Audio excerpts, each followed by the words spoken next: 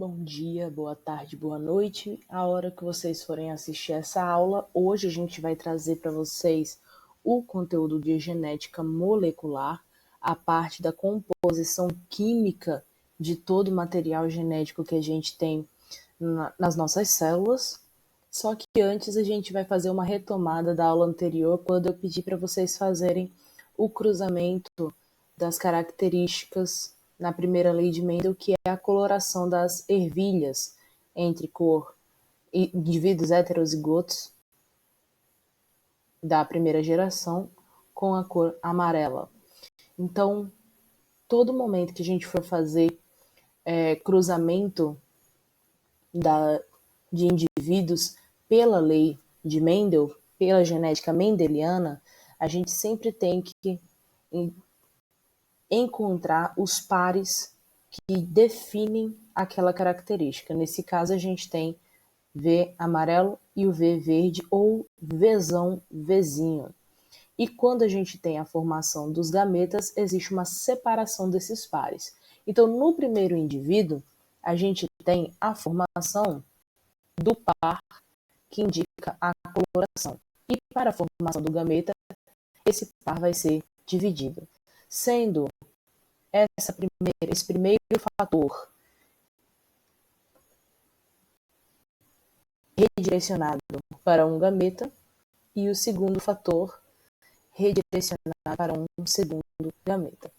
Isso vai acontecer na primeira lei de Mendel, que é a lei da segregação.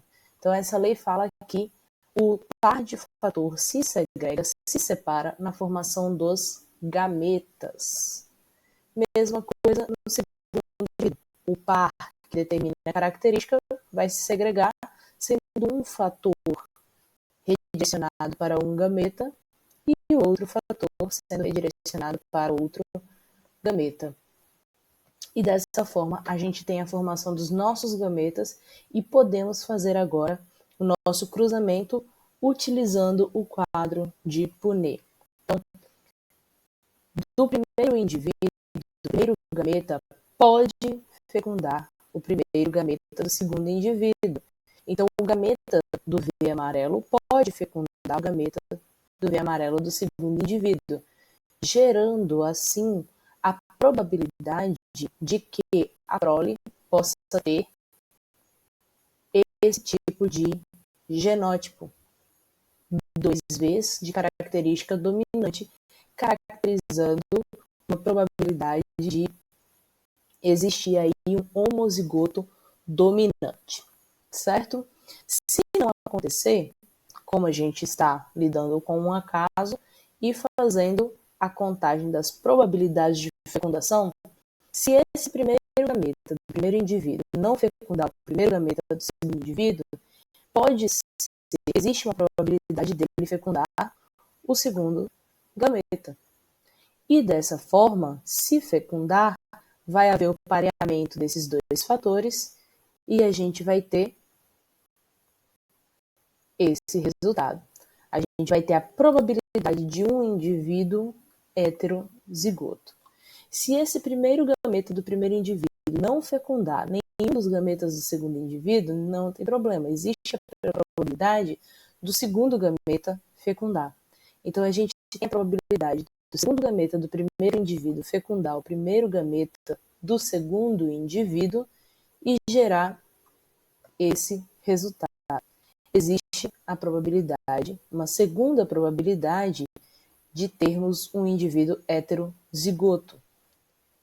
Caso não haja essa fecundação, o segundo gameta do primeiro indivíduo pode fecundar o segundo gameta do segundo indivíduo, gerando uma probabilidade de homozigose recessiva, ou seja, a formação de pares de características, pares de fatores que determinam uma característica recessiva, tá certo? Então, na primeira lei de Mendel, quando nós pegamos 2 indivíduos da primeira geração, 2 indivíduos heterozigotos, nós vamos ter esse resultado, em que um resultado de 4 possíveis resultados vai ser homozigoto dominante, 2 resultados de 4 possíveis resultados vai ser heterozigoto, Ora, quando eu trabalho com fração, 2/4 é uma fração equivalente a 1/2, que é equivalente à metade. De 4 resultados, eu tenho 2 possíveis heterozigotos, significa que a metade dos resultados tem maior chance de ter um resultado heterozigoto. E 1/4 de chances da gente poder trabalhar aí com um homozigoto, ok? Homozigoto recessivo.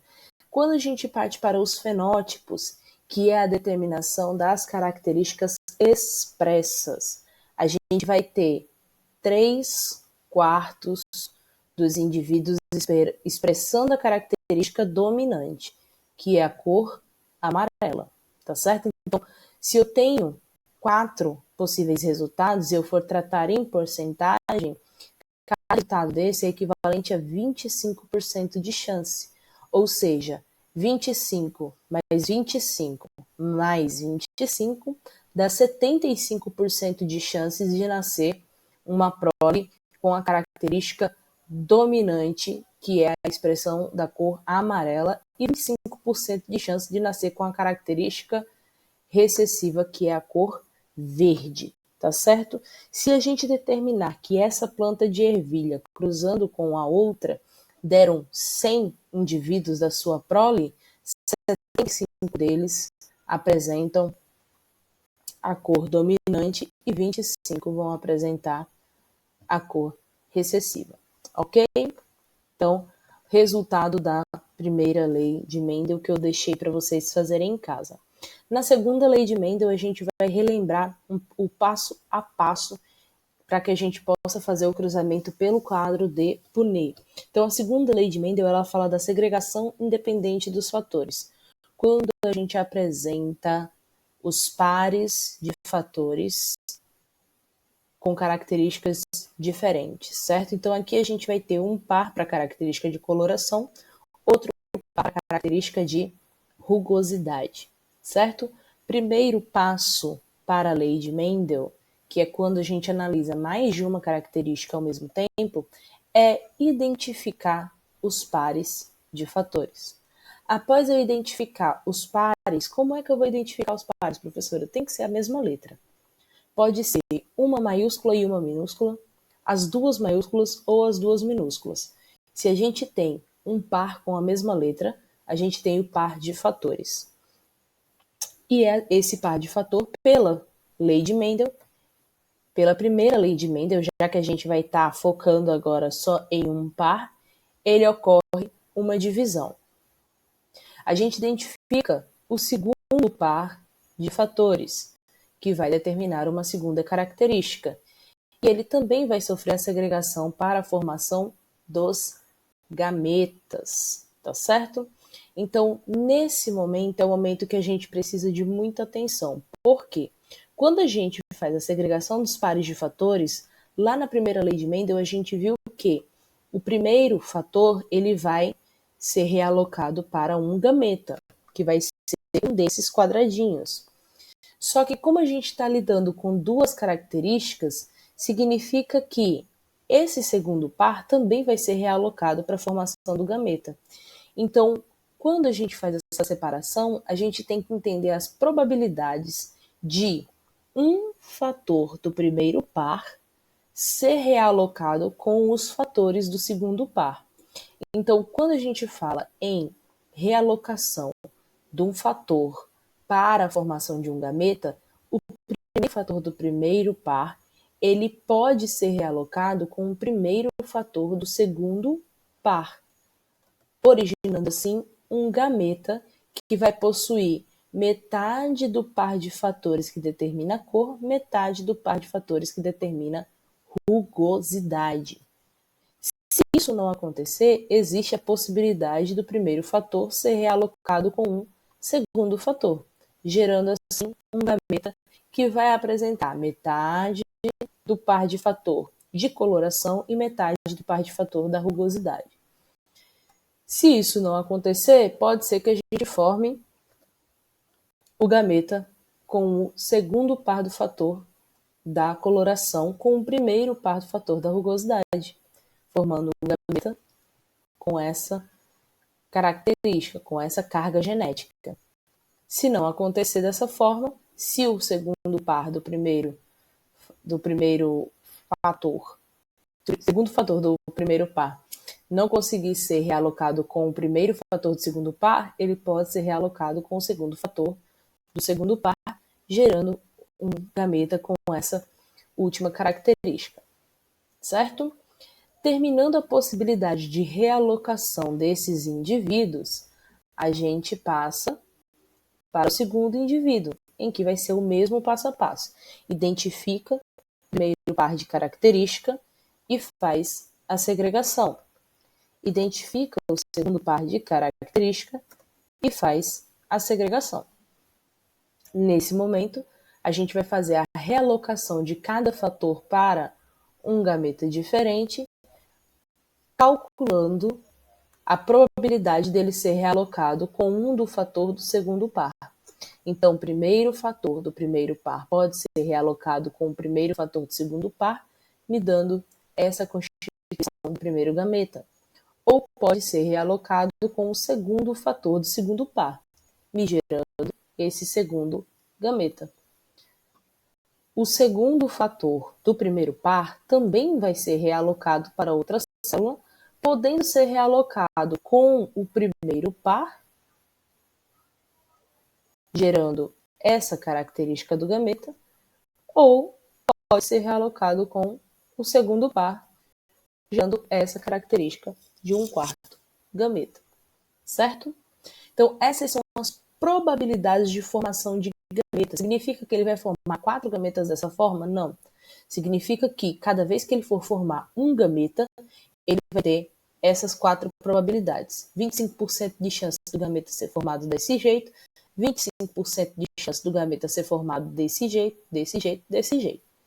Formamos o gameta. Cada gameta constitui metade do material genético do indivíduo parental.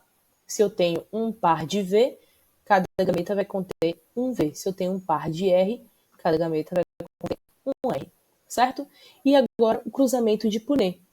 Primeira célula do primeiro indivíduo com a primeira célula do segundo indivíduo, primeira célula do primeiro indivíduo com a segunda célula do segundo indivíduo, e assim por diante.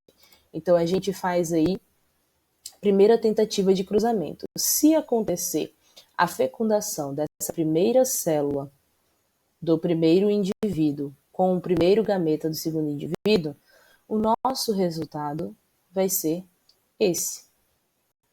Então, a gente vai ter a presença de apenas fatores de características dominantes. Ele vai ser um homozigoto dominante. Se não acontecer essa fecundação, pode ser que a primeira célula reprodutiva do primeiro indivíduo fecunde a segunda célula do segundo indivíduo, gerando um resultado também de característica dominante. Ora, eu tenho um par de V dominante, que é a característica amarela, e um par de R em que um fator é dominante e caracteriza a rugosidade, certo? Se não acontecer, pode ser que aconteça com o terceiro gameta. Primeira célula do primeiro indivíduo fecundando a terceira célula, o terceiro gameta do segundo indivíduo, gerando um resultado para a gente também de resultado dominante. A gente tem par de coloração, da característica da coloração em que um fator desse par é dominante e o segundo par apresenta 2 fatores dominantes, uma homozigose dominante. Se não acontecer essa fecundação, a gente vai ter a chance de que a primeira célula reprodutiva do primeiro indivíduo fecunde a última célula, a quarta célula reprodutiva do segundo indivíduo, gerando para a gente um indivíduo duplamente heterozigoto, porém expressando um fenótipo dominante para as duas características. Bom, se a gente for analisar, não existe mais probabilidade para essa primeira célula fecundar nenhuma outra do segundo indivíduo. Então a gente passa para a segunda célula do primeiro indivíduo, que tem mais 4 probabilidades. Então, a gente faz o cruzamento segunda com a primeira e observa o resultado. Segunda célula com a segunda e observa o resultado. Segunda célula com a terceira, observa o resultado. Segunda célula com a quarta e observa o resultado. Não existe mais probabilidade de fecundação, passamos para a terceira célula do primeiro indivíduo. Terceira célula com a primeira e o resultado, e assim por diante, sempre seguindo essa ordem. Posso seguir outra ordem? Pode, contanto que você siga uma ordem coerente e lógica para obter os resultados, certo? Então é sempre bom que você tenha ou resolver primeiro coluna com coluna ou linha com coluna, certo? Então você resolvendo linha por linha ou coluna por coluna, você consegue obter sempre os mesmos resultados. E aí a gente tem 16 resultados diferentes. Se você contar o dado das possibilidades de fecundação, ela vai apresentar 16 possíveis resultados diferentes. Significa que esse cruzamento vai me apresentar 16 indivíduos da minha prole? Não, significa que para cada indivíduo da minha prole eu vou ter esse quadro de probabilidades de um genótipo a ser herdado pelos pais, certo?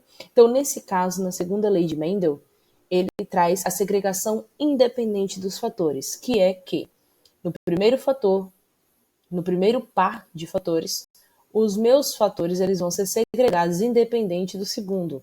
Da mesma forma, o segundo par vai ser segregado independente do primeiro, ok? E aí, o nosso resultado dos fenótipos fica da seguinte forma. A gente apresenta um tipo de fenótipo que é a coloração amarela e a rugosidade lisa.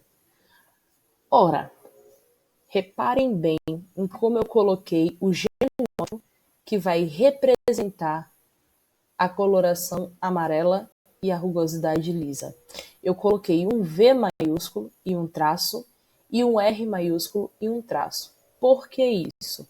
Se eu tiver a presença de um V maiúsculo e um V minúsculo, o fenótipo desse par de V é amarelo. Se eu tiver um V maiúsculo e outro V maiúsculo, o fenótipo desse par também vai ser amarelo. Se eu tiver um V minúsculo e outro V minúsculo, o fenótipo desse par não vai ser amarelo. Então, quando eu falo sobre o fenótipo amarelo, se eu tiver a presença de apenas um fator V maiúsculo, eu não preciso determinar que o segundo fator seja minúsculo ou maiúsculo, porque essa característica aqui já é dominante, já indica diretamente a expressão da característica amarela.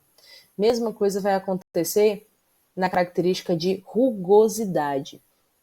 Na característica de rugosidade, a lisa é uma característica dominante.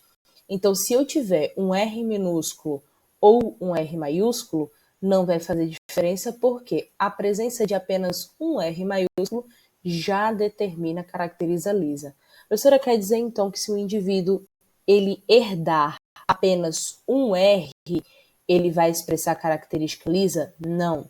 Significa que, quando eu vou escrever o meu genótipo, se eu tiver a primeira letra já identificada como maiúscula, eu já sei que a característica expressada vai ser aquela dominante. E eu não preciso determinar o restante do par, porque pode ser Rzinho como pode ser Rzão também, tá certo? Então, da característica amarela lisa, observem quantos indivíduos nós vamos ter. Nós temos o primeiro, observem que a gente vai de coluna por coluna, certo? A presença de um V maiúsculo e um R maiúsculo. Nesse segundo resultado, a gente tem também a mesma probabilidade. A gente tem a presença de um V maiúsculo e olha aqui o segundo par. o R maiúsculo acompanhado de um R minúsculo, que traz para a gente a expressão da característica dominante da rugosidade lisa, certo? Terceiro indivíduo, reparem o primeiro par. O primeiro par a gente tem um V maiúsculo e um V minúsculo, o que não altera a expressão do fenótipo dominante. Quarto resultado do fenótipo, nós temos um par com V maiúsculo e V minúsculo e outro par com R maiúsculo e R minúsculo. Dessa forma, mesmo com a presença dos fatores minúsculos, dos fatores recessivos, que representam geneticamente a característica recessiva, nós vamos ter a expressão das características dominantes. Porque um dos fatores dos dois pares é dominante.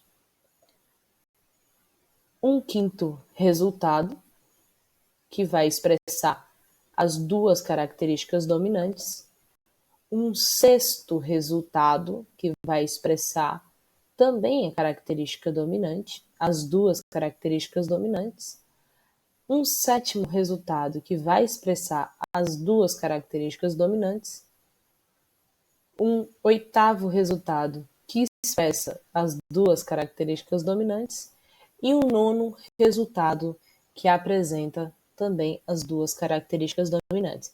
Então, para o fenótipo de amarelo lisa, eu tenho 9 chances sobre 16 probabilidades de apresentar as duas características dominantes, ok? A gente está analisando, nesse caso, os fenótipos, a expressão das características. Se a gente for observar agora uma característica dominante e uma característica rugosa, olha como a expressão genética ela muda.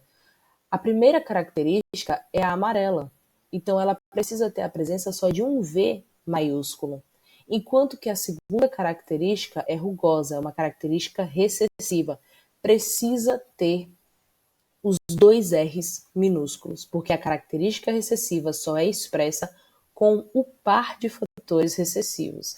Dessa forma, nós vamos apresentar um primeiro resultado, olha aqui, na segunda linha, segunda coluna. Vzão, Vzão, Rzinho, Rzinho. Vzão expressa a característica amarela, Rzinho, Rzinho expressa a característica rugosa. Olha só na quarta linha, segunda coluna. Vzão, Vzinho, expressando a característica dominante do Vzão, Rzinho, Rzinho, expressando a característica recessiva. E a gente vai ter agora na segunda linha, a coluna, Vzão, Vzinho, Rzinho, Rzinho. Expressão de característica dominante, expressão de característica recessiva. Então, para esse tipo de fenótipo amarela, dominante e rugosa recessiva, nós teremos 3 chances de 16 possibilidades de obter esse resultado, ok? A gente também pode apresentar uma característica de coloração recessiva e uma característica de rugosidade dominante. Para isso, eu vou precisar ter o meu par de V recessivo e a presença de apenas um R dominante.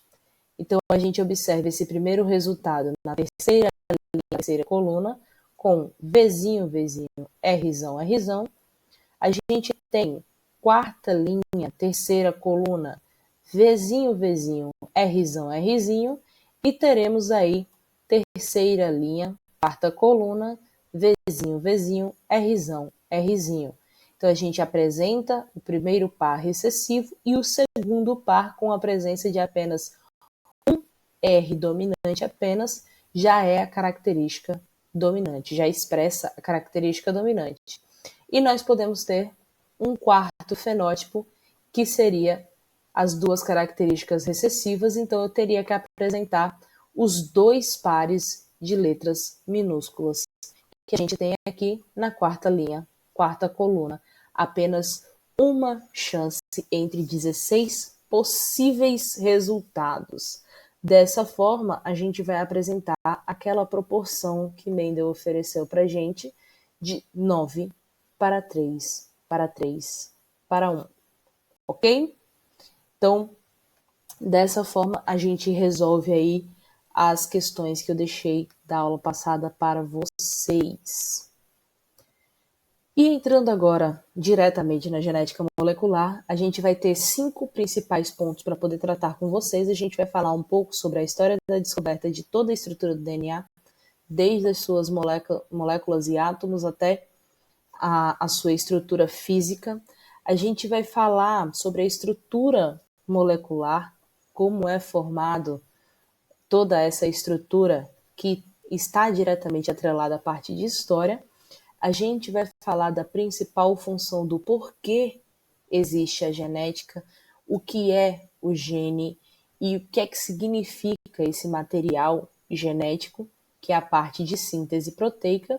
A gente vai ter a formação dos cromossomos, que é essencial no entendimento de genética e citologia. E vamos falar um pouco sobre a biotecnologia, que é uma área que cresce muito nos dias de hoje, já que a gente aprende cada vez mais com a genética, por que não usar ela para o desenvolvimento de tecnologias que auxiliem a nossa sociedade a lidar melhor com os seus problemas? Isso, inclusive, é uma das capacidades, das competências e habilidades que o BNCC cobra dos alunos na interpretação de questões do Enem, o uso da tecnologia sobre os estudos técnicos de genética para a resolução de problemas da nossa sociedade. Então a gente vai para a história. A gente teve um alemão, John Friedrich alguma coisa, entre 1868 e 1871, ele descobriu que existiam ácidos nucleicos dentro da célula. Então, esses ácidos nucleicos significam o quê? Que existe uma célula, dentro dessa célula existe um centro, e dentro desse centro existem substâncias ácidas. Foi isso que ele descobriu. Uma faixa de 70 anos depois, 70 anos depois mais ou menos, a gente tem o estudo da citologia sendo avançado, como eu já mostrei para vocês na parte de histórico celular. O DNA comanda as atividades celulares, ou seja, o DNA vai definir se a célula permanece funcionando normal ou se vai entrar em divisão celular.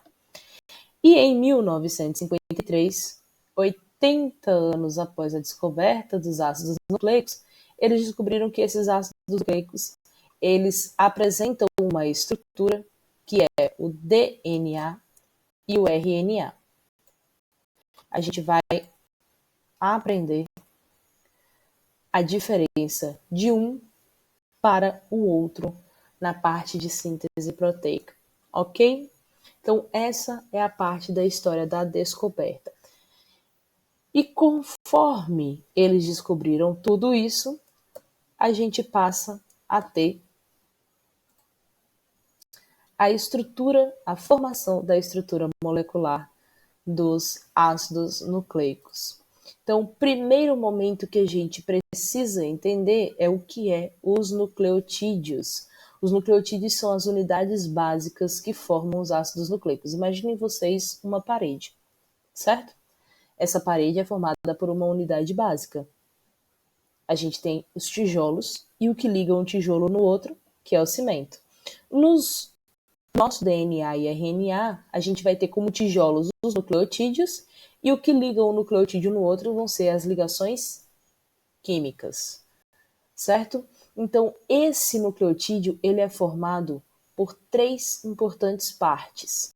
Ele tem a formação de um grupo fosfato, a presença do íon de fósforo, necessário na nossa alimentação, ele faz parte dos sais minerais essenciais da nossa alimentação.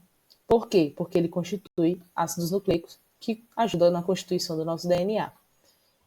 A gente vai ter um grupo chamado pentose e a gente vai ter um grupo chamado base nitrogenada, certo? Então, a gente tem 3 grupos formando o nucleotídeo. Desses 3 grupos, a gente já viu que o grupo fosfato tem como principal característica a presença do fósforo, elemento químico fósforo. A pentose, por outro lado, a gente precisa entender que ela é um carboidrato, que são conhecidos como açúcares, e a gente vai ver mais à frente, a gente já viu uma parte dos carboidratos agora em bioquímica molecular, e a gente vai ver mais para frente também, de novo, toda a parte dos carboidratos em digestão e anatomia comparada. Então, um carboidrato, a pentose é um carboidrato que vai apresentar 5 carbonos na sua constituição. Ok? E as bases nitrogenadas? As bases nitrogenadas, elas vão apresentar, obviamente, o nitrogênio na sua constituição. E a gente vai ter 2 tipos de base nitrogenada, 2 grupos de bases nitrogenadas. As bases púricas, que vão apresentar 2 anéis, e as bases pirimídicas, que vão apresentar cada um anel. Para que eu preciso saber isso, professora? Porque isso vai determinar a quantidade de ligações que vai ser feito entre as bases púricas e as bases pirimídicas. Ok? Então, a gente tem de bases púricas a base nitrogenada chamada adenina e guanina e as bases pirimídicas chamadas de timina, uracila e guanina. Bom, então a gente tem aqui os ácidos nucleicos e a gente vai ver a formação da estrutura deles a partir da utilização dos nucleotídeos, como é que eles vão se organizar, ok? Então aqui a gente vai ter 2 tipos de ácidos nucleicos, o RNA e o DNA. Aqui a gente tem as principais diferenças entre um e outro. O RNA ele vai apresentar uma fita simples, o seu açúcar, a sua pentose vai se chamar ribose, certo? E ele vai apresentar como uma das suas bases nitrogenadas a uracila. A uracila ela é exclusiva do RNA. Quer dizer que ele apresenta só uracila? Não, ele vai apresentar adenina, guanina, citosina e uracila, ok? O DNA ele apresenta uma fita dupla e que o seu açúcar vai se chamar desoxirribose. Existe uma semelhança entre o açúcar do DNA e do RNA.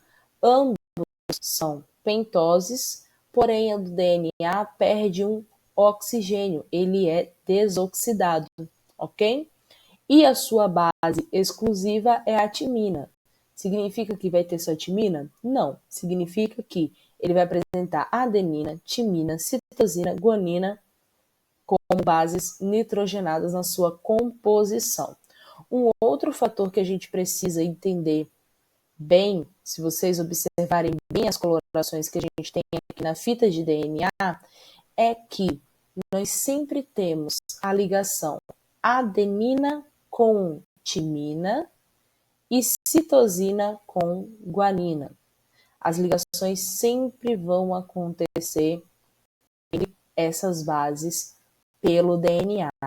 Quando é pelo RNA, se a gente for colocar essa fita de RNA ligando em uma fita de DNA, que é possível e vocês vão ver que existe essa possibilidade, a adenina do DNA vai se parelhar com a uracila do RNA, enquanto que a adenina do RNA vai se parelhar com a timina do DNA. Então, toda vez que eu tiver a presença de adenina em qualquer ambiente e for ligar um RNA naquela adenina, quem vai ser ligado vai ser a uracila, ok?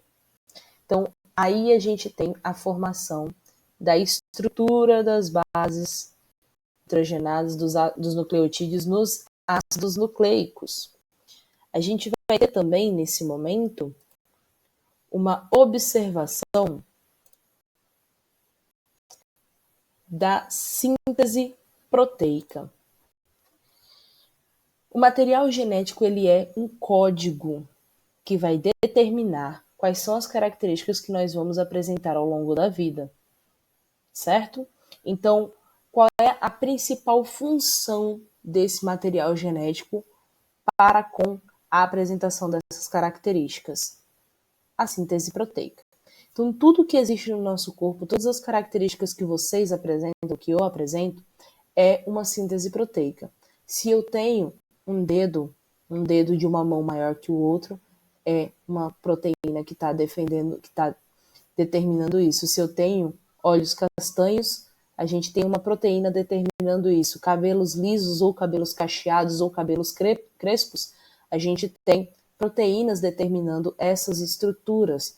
Se a minha orelha é menor ou maior, se ela possui um lobo solto ou um lobo preso, que é essa parte mais soltinha da orelha, também é uma proteína que vai determinar, ou um conjunto de proteínas que vai determinar.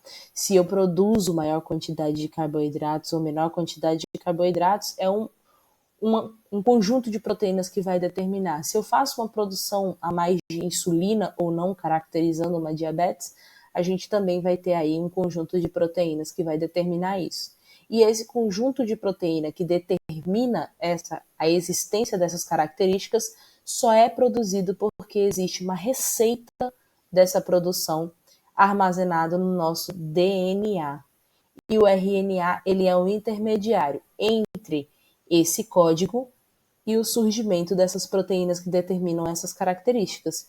Então a gente vai ver agora como é que acontece o passo a passo para essa formação das proteínas. Então a primeira coisa que a gente precisa entender é que a síntese proteica ela se inicia no nosso DNA. Então a gente vai ver como é que acontece o processo de duplicação do DNA e depois as partes da síntese proteica. A ligação do DNA, nós vamos supor aqui no nosso desenho que cada bolinha dessa é um nucleotídeo, ok? Então, quando existe esse ligamento aqui, ele é uma fita específica do DNA. E para eu ter essa fita montada, ela é montada entre o DNA de cima, o nucleotídeo de cima e o nucleotídeo de baixo. O nucleotídeo de cima e o nucleotídeo de baixo. Eles têm uma ligação entre si. E essa ligação é chamada de fosfodiéster. Ela sempre vai acontecer do grupo fosfato com a ribose.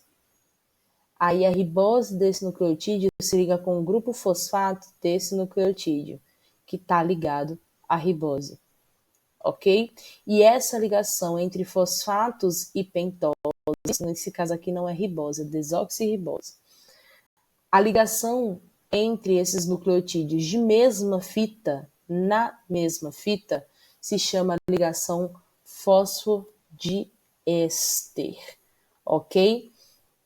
Para eu poder ter a formação de duas fitas, que é a constituição do nosso DNA, é uma fita dupla, eu preciso que entre uma fita e outra ocorra uma ligação de hidrogênio.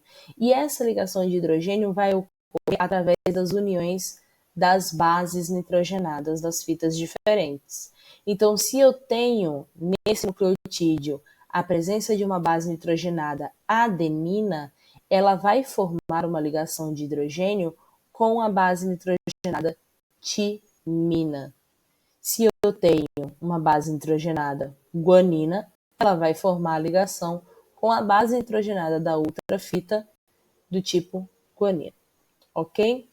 Então, essa ligação de hidrogênio permite a ligação entre as duas fitas, enquanto que a ligação fosfodiéster permite a ligação dos nucleotídeos entre si na mesma fita, ok? Isso é essencial para que nós saibamos. Então, a síntese proteica, ela vai ter uma fase mais separada, que é a de duplicação do DNA, que vai ser principalmente presente antes da divisão celular, que a gente vai ver no próximo conteúdo, os tipos de divisões celulares. E dessa forma, o nosso DNA ele tem essa constituição esse seu canto direito do vídeo, a gente tem essa constituição. O que é que vai acontecer? A gente tem uma enzima chamada helicase. Essa enzima helicase, ela vai fazer a quebra de ligações de hidrogênio. Então, ela vai separar as fitas de DNA, ok? A separação dessas fitas de DNA vai permitir que uma outra enzima chamada DNA polimerase venha fazendo a ligação de novos nucleotídeos, ligando sempre citosina e guanina, adenina e timina. Citosina e guanina, adenina e timina.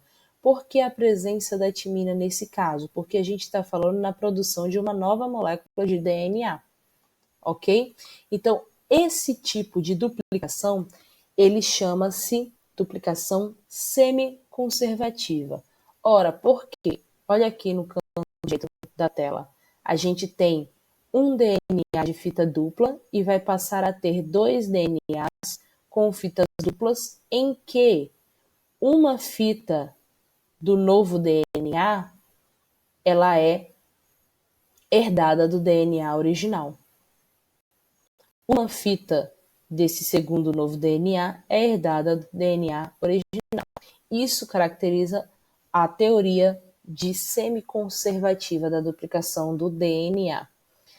Sabendo desse movimento em que há a quebra do DNA e o emparelhamento de novos nucleotídeos, a gente já pode passar para a transcrição, que é a primeira fase de fato da síntese proteica. O que é que vai acontecer nessa transcrição do DNA?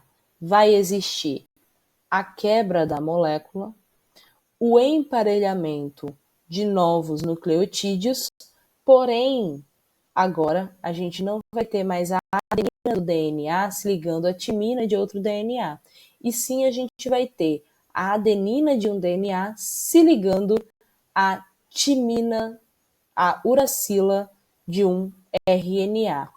Quando esse RNA termina de fazer esse emparelhamento, ele vai se soltar do DNA e nós vamos ter uma outra enzima que vai fazer o fechamento daquela região.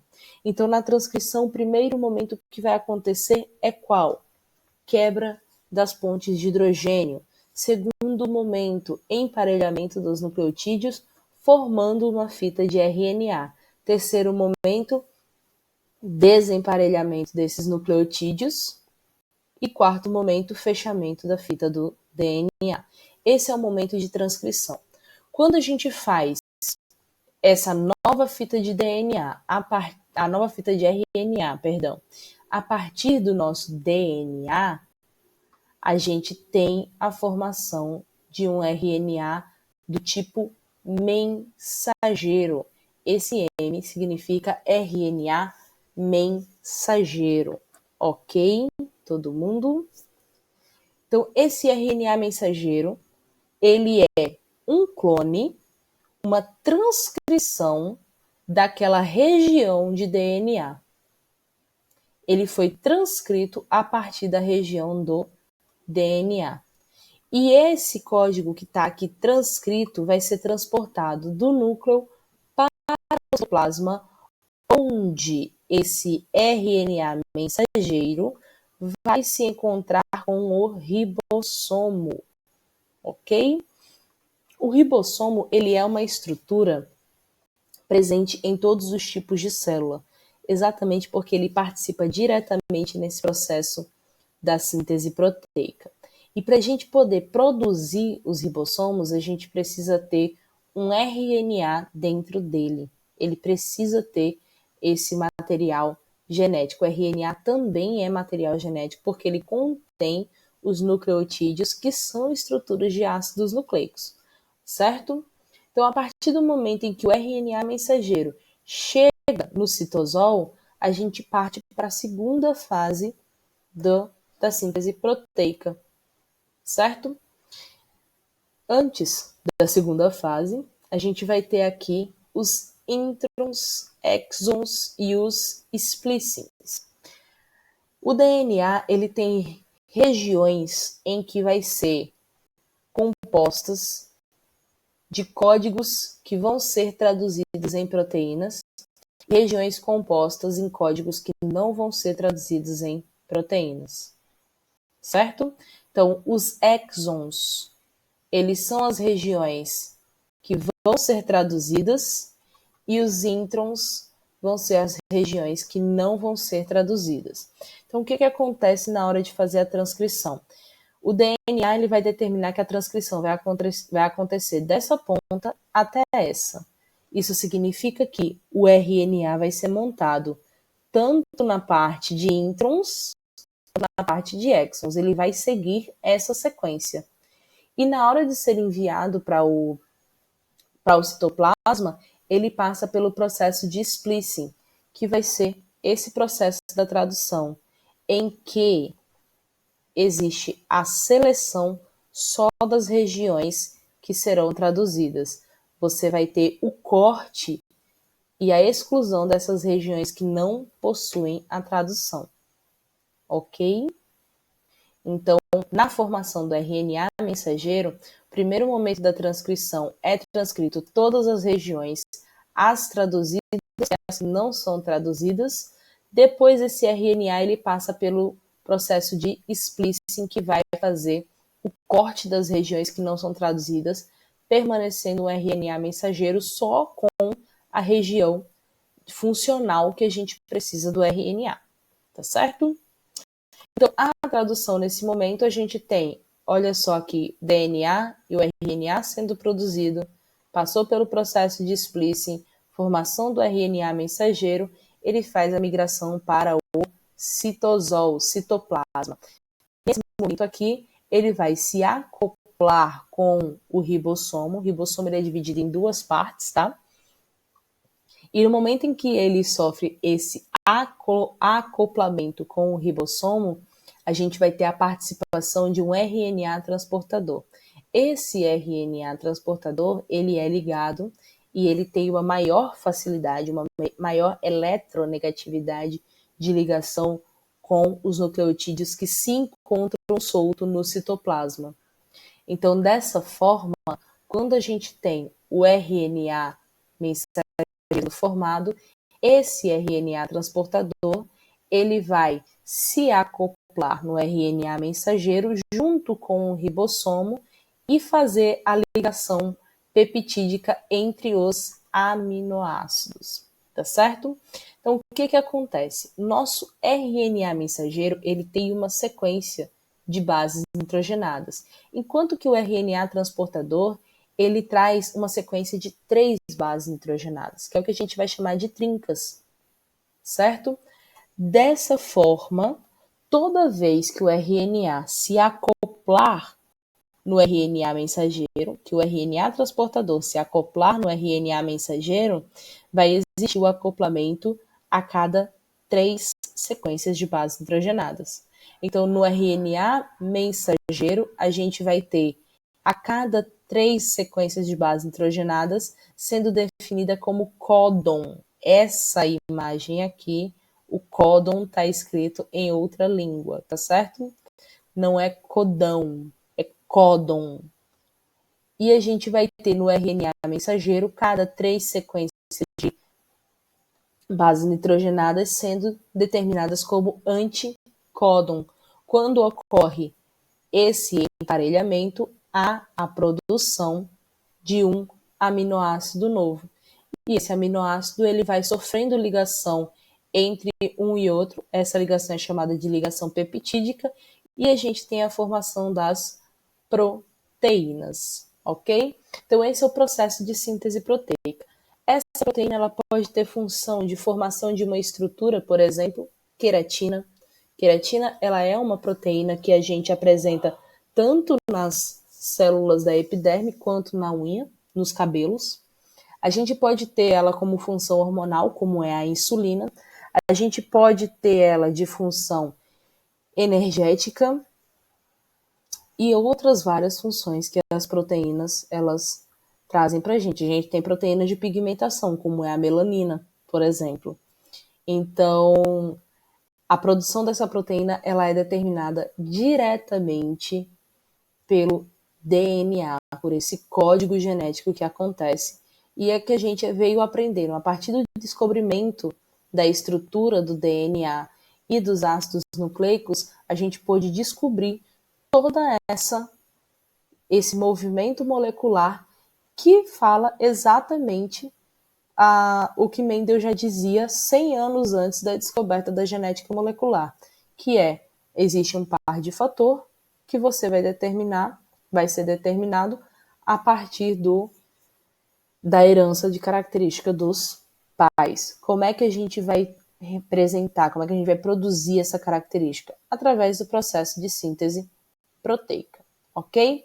Então, existe um momento em que a lei mendeliana fala que as duas leis, um par de fator faz com que exista a expressão de uma característica. Enquanto que esse par de fator, na hora de se produzir um gameta, ele vai se segregar. No momento da segregação, Mendel ainda não sabia, mas se falava diretamente em produção e divisão celular, certo?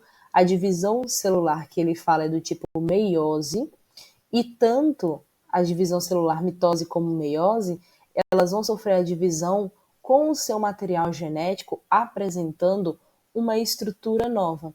Ao invés dele apresentar esse formato helicoidal que a gente está vendo nos slides, eles vão apresentar um formato um pouco mais diferenciado, que é o formato de cromossomos, certo? Então, na hora de fazer a divisão celular, tanto para produzir uma outra célula normal igual à célula original, quanto para a produção dos gametas, que é o que a gente vê na lei de Mendel, esse DNA ele passa a se auto-enrolar. E quando ele faz esse auto-enrolamento, a gente vai ter a participação das proteínas histonas que vão formar uma estrutura do tipo cromossomo, certo? O que acontece?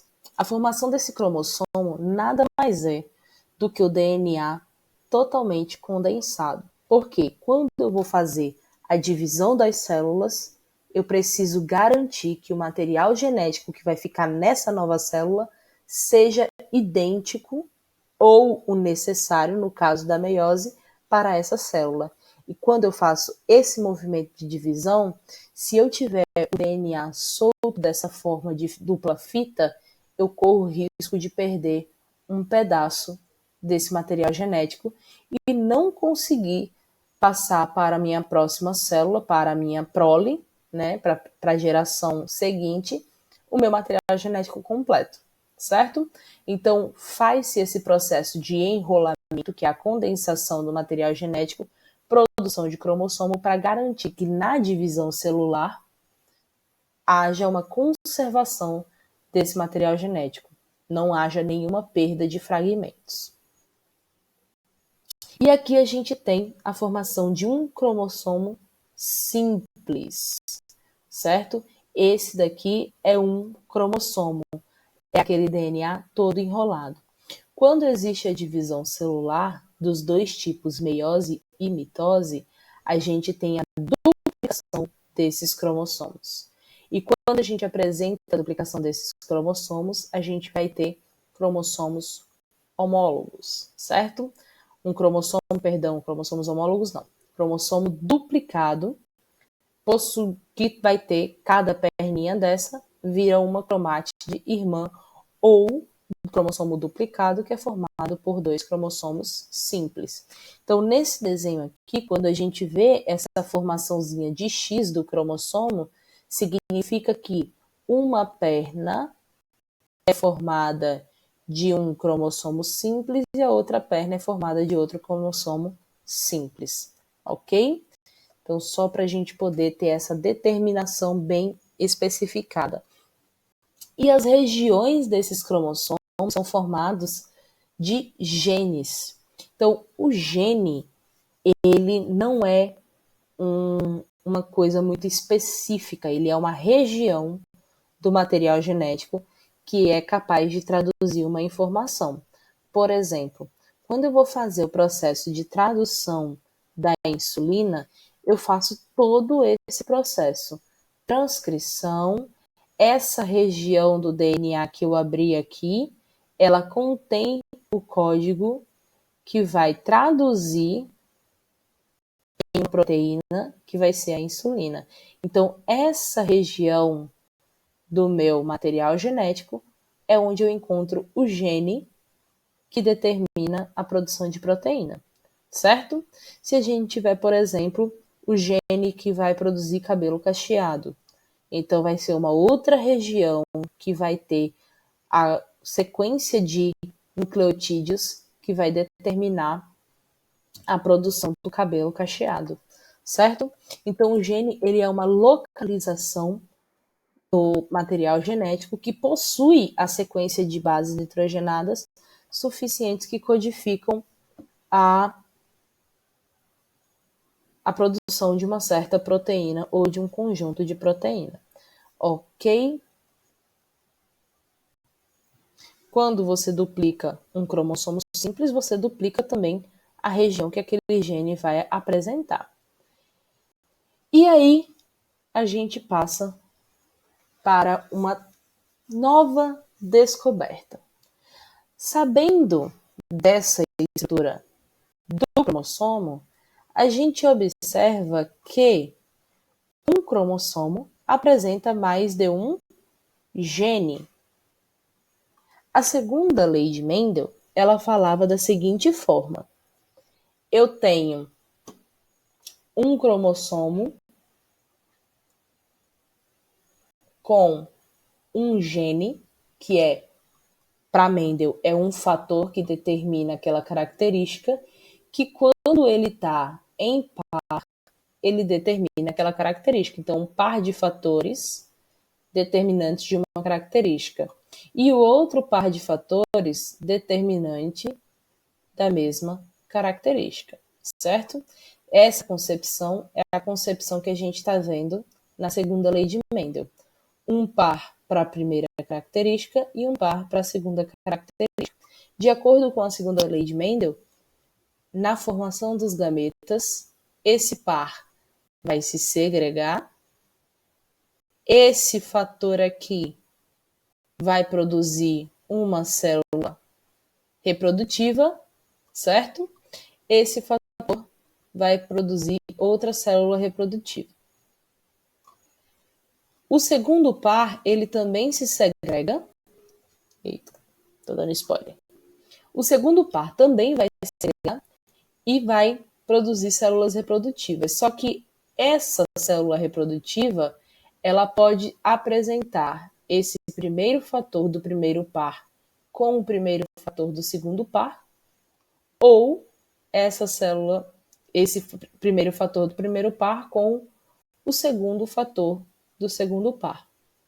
Assim como também pode apresentar uma célula reprodutiva do segundo fator do primeiro par com o primeiro fator do segundo par, ou o segundo fator do primeiro par com o segundo fator do segundo par. E isso foi o que a gente viu na segunda lei de Mendel, que foi que os caras descobriram que isso daqui não existe. Pouquíssimos genes são feitos dessa forma, pouquíssimos genes estão presentes em um cromossomo e só naquele cromossomo duplicado e pronto. O que vai acontecer na maior parte é a presença dos fatores no mesmo cromossomo. Então, quando há a divisão para a produção do gameta, não existe a possibilidade desse gene ser dividido com esse.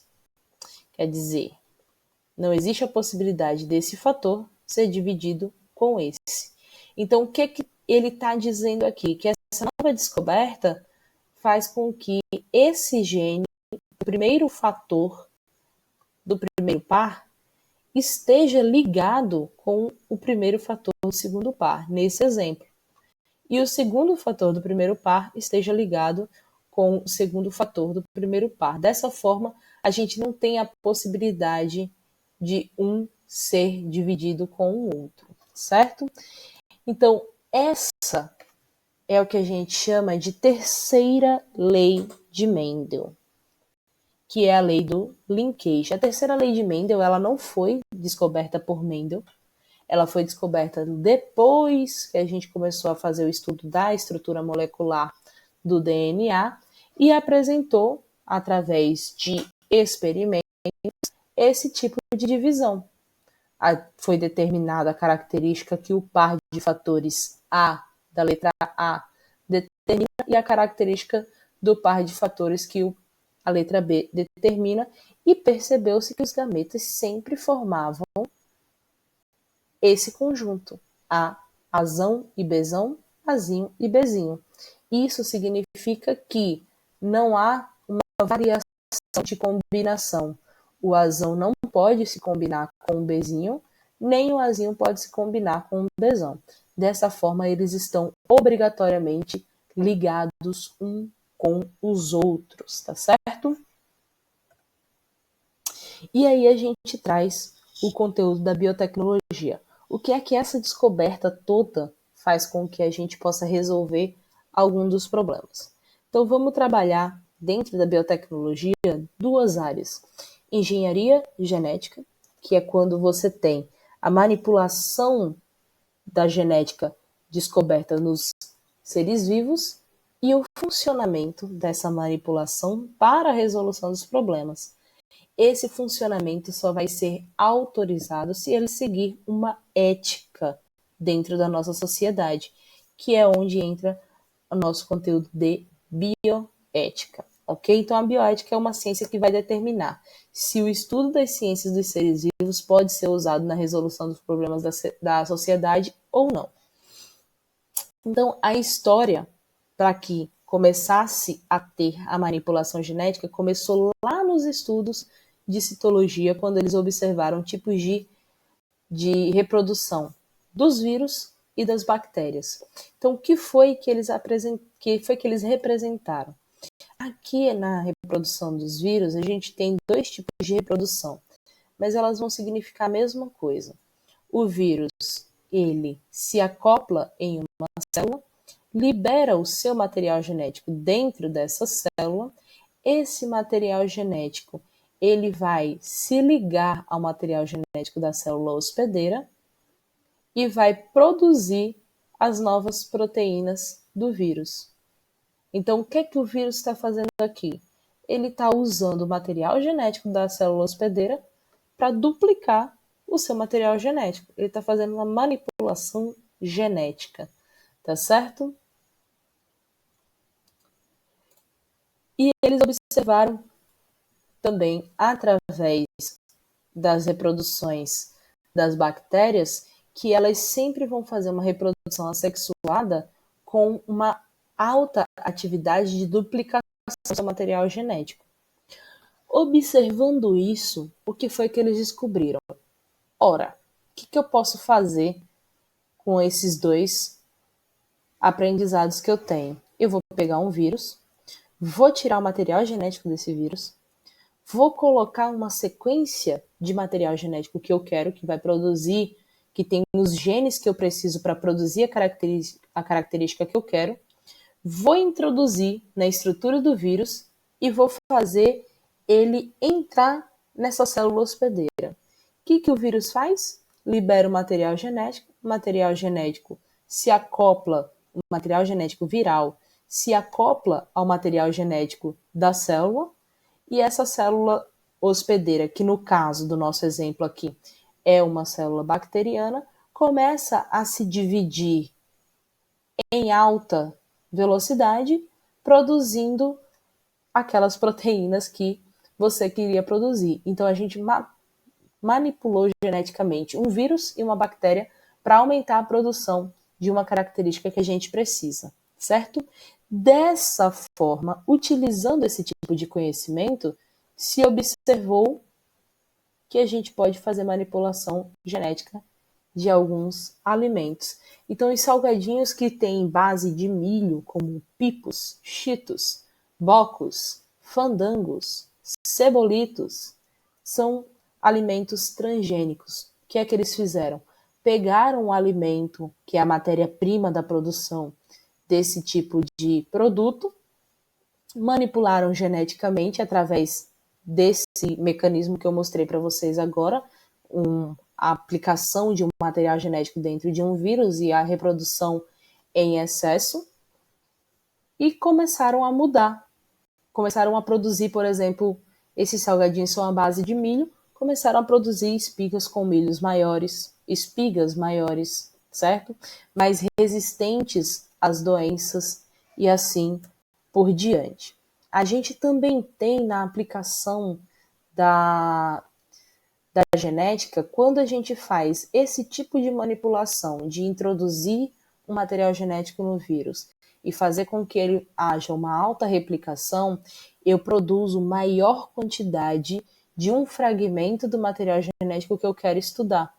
E dessa forma, produzindo, eu desenvolvi um teste genético que é usado no teste de paternidade, certo?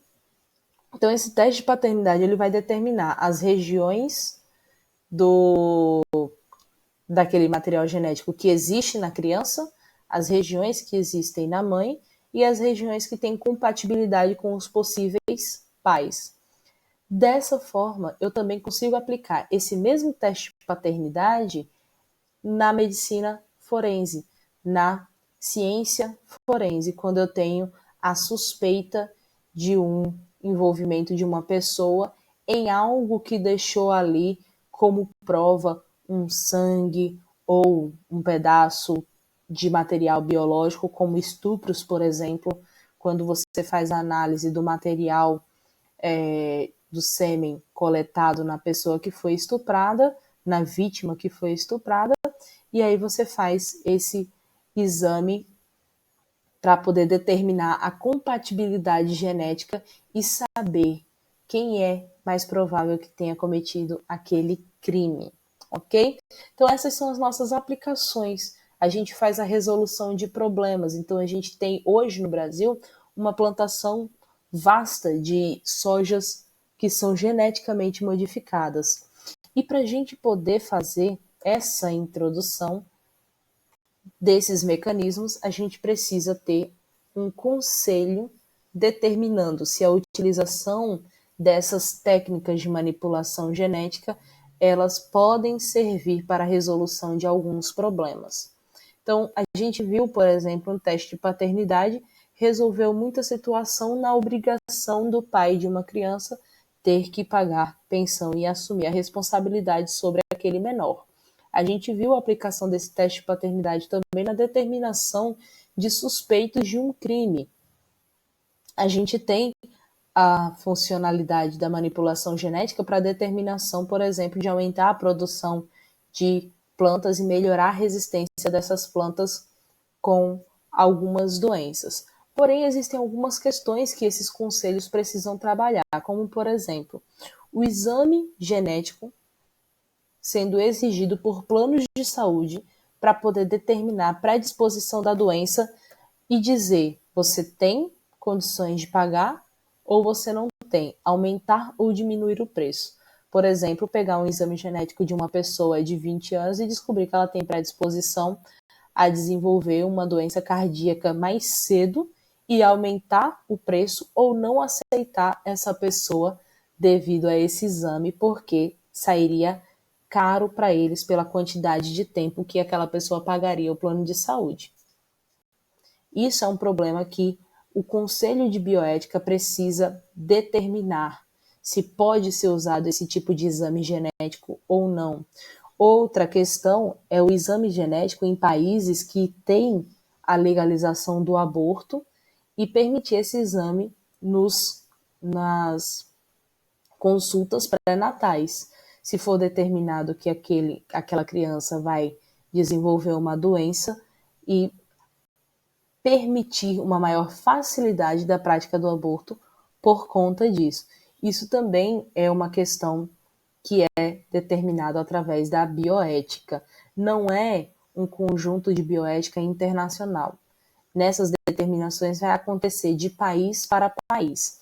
Existe uma bioética internacional que ela emite diretrizes e fala dessa forma pode ser feito, dessa forma é melhor ser repensado, mas ela não determina que cada país siga essas regras. E um dos principais problemas que a gente enfrenta na manipulação genética é a questão do cultivo de plantas, cultivo de vegetais. Por que isso? As plantas, elas apresentam um nicho ecológico, elas apresentam uma função dentro de um ecossistema. E se eu estou mudando a genética dessa planta, se eu estou tornando ela mais resistente a uma doença, por exemplo, ela pode virar uma praga. Ela pode começar a se reproduzir em excesso e ganhar ambiente de mata nativa e começar a desequilibrar aquele ecossistema. Então, todas essas questões são questões estudadas pelo Conselho da Bioética para poder permitir esse tipo de manipulação ou não e qual o limite dessa permissão. Dessa forma, a gente encerra o conteúdo da genética molecular para vocês. Até a próxima.